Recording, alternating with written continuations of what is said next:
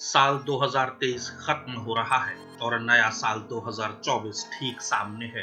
2023 में कुछ ऐसे वाकये या ऐसी घटनाएं घटी जो अद्भुत हैं। इन घटनाओं पर विश्वास करना मुश्किल है या फिर ये घटनाएं दुनिया का स्वरूप बदलने वाली रही। ऐसी ही कुछ घटनाओं की बात डिफरेंस अमंग के इस वीडियो में। सबसे पहले बात भारत और चीन की। आबादी के मामले में ये दोनों ही देश दुनिया के अगवा हैं, लेकिन साल 2023 में भारत ने आबादी के मामले में चीन को पछाड़ दिया। हालांकि भारत सरकार ने 2021 में होने वाली जनगणना अब तक नहीं कराई है, लेकिन भारत की आबादी चीन को पीछे छोड़ चुकी है। अप्रैल 2023 में भारत की आबादी 142 करोड़ 86 लाख हो गई, जो चीन की आबादी से ज्यादा है। इस दौरान चीन की आबादी रही 142 करोड़ 57 लाख।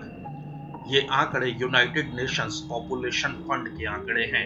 भारत में 2023 में रोजाना औसतन 56,000 बच्चे पैदा हुए, यानी एक साल में 2 करोड़ से ज्यादा बच्चों का जन्म हुआ। भारत ने चीन से 300 साल से चली आ रही उसकी सबसे ज्यादा आबादी की बादशाहत को 2023 में छीन लिया। भारत और चीन के बाद अब चलते हैं पश्चिम के देशों की तरफ। बात इंग्लैंड की, जिसे साल 2023 में नया राजा मिला। प्रिंस चार्ल्स इस साल किंग चार्ल्स बन गए। 6 मई 2023 को किंग चार्ल्स की ताजपोशी हुई और क्वीन एलिजाबेथ के 70 साल के शासन का अंत हुआ। 1745 से ब्रिटेन का national anthem God save the queen था, जिसके शब्दों को बदलकर अब गॉड सेव द किंग किया गया है। ब्रिटिश सिक्के और नोटों पर भी अब किंग चार्ल्स की तस्वीर लगनी शुरू हो गई है, यानी पाउंड्स पर। अब बात इंग्लिश चैनल के दूसरे छोर पर बसे देश फ्रांस की। इंग्लैंड की तरह ही फ्रांस ने भी सदियों तक दूसरे देशों पर अपना शासन चलाया है, दूसरे देशों को लूटा है। भारत में पुडुचेरी भी एक फ्रेंच कॉलोनी ही था। 22 दिसंबर को नाइजर से फ्रांस की आखिरी सैन्य टुकड़ी भी रवाना हो गई। नाइजर अफ्रीका का एक देश है और 27 दिसंबर से फ्रांस ने नाइजर में अपनी एम्बेसी भी बंद कर दी। 125 साल से नाइजर पर फ्रांस का कब्जा था। नाइजर में यूरेनियम और सोने की खदानें हैं, जिन्हें फ्रेंच कंपनियां चलाती थी। नाइजर से निकलने वाले यूरेनियम का 50% फ्रांस जाता था, जिससे वहां बिजली बनती थी, जबकि नाइजर के 70% घरों में बिजली है ही नहीं।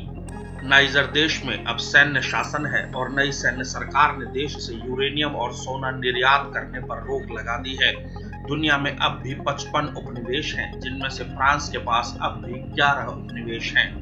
नाइजर की जनसंख्या 2 करोड़ 44 लाख है, जिसमें से 42% लोग भूखमरी के शिकार हैं। उत्तर भारत में भले ही ठंड अब शबाब पर पहुंची हो, लेकिन 2023 पूरी दुनिया के लिए खतरे की घंटी बजाकर जाने वाला साल बन गया।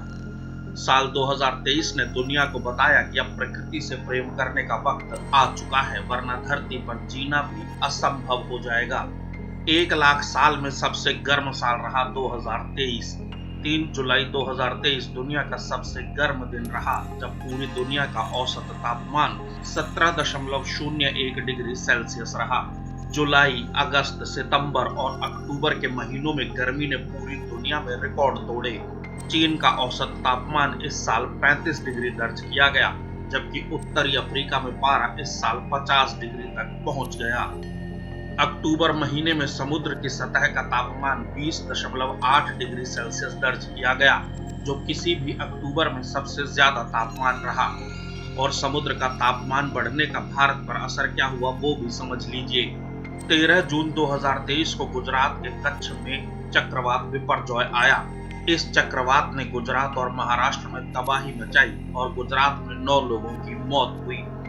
7 मई 2023 को बंगाल की खाड़ी में चक्रवात मोका आया, जो खुशकिस्मती से म्यांमार की तरफ बढ़ गया। इस चक्रवात से म्यांमार में 3 लोगों की मौत हुई। 5 दिसंबर 2023 को फिर बंगाल की खाड़ी में निचौंग चक्रवात आया। इस तूफान ने भारी तबाही मचाई। ये आंध्र प्रदेश के तट से टकराया था। एक साल में 3 तूफान भारत पहुंचे और वैज्ञानिक इन चक्रवातों के बढ़ने का कारण समुद्र की सतह का तापमान बढ़ना भी मानते हैं। 2023 में तकनीक ने भी नए आयाम स्थापित किए। तकनीक ने कई कामों को आसान किया तो कई जगह परेशानियां भी बढ़ा दी। चैट जीपीटी ने बताया कि वो पार्टी प्लानिंग, ईमेल भेजने, यहाँ तक कि कोडिंग करने में भी इंसान से ज्यादा बेहतर है। आर्टिफिशियल इंटेलिजेंस से बने न्यूज एंकर्स ने समाचार चैनलों पर खबरें पढ़ना शुरू कर दिया, लेकिन डीप फेक ने परेशानियां बढ़ा दी। रश्मिका मंदाना, काजोल और कैटरीना कैफ के अलावा रतन टाटा के डीप फेक वीडियो ने सरकार को भी परेशान किया और डीप फेक के साथ ही आर्टिफिशियल इंटेलिजेंस पर नए और सख्त कानून बनाने पड़े। इसके अलावा 2023 में समुद्र की सतह से खनन को लेकर भी इंटरनेशनल कानून बनाए गए। ये कुछ घटनाएं 2023 में सबसे ज्यादा चर्चा में रहने वाली घटनाएं रही।